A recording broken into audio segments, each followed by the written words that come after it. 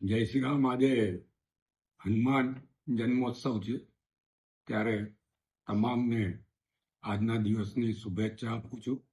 ભગવાન રામ અને હનુમાનજીના આશીર્વાદ તમામ ઉપર ઉતરે એ અભ્યર્થના સાથે આજે સવારે જ સરકાર તરફથી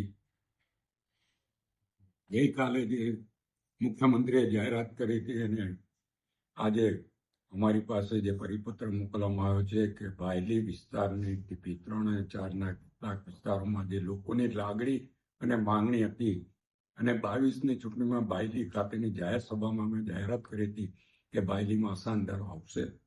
આજે સરકારે અસાનદારોને મંજૂરી આપી છે, ત્યારે હું આપના મારફત ભારતીય જનતા પક્ષની ગુજરાત સરકાર અને ખાસ કરીને માનનીય મુખ્યમંત્રી ભૂપેન્દ્ર પટેલને નાયબ મુખ્યમંત્રી હર્ષ સંઘવીનો દિલથી આભાર માનું છું અને બાયલીની તમામ પ્રજાને અભિનંદન આપું છું.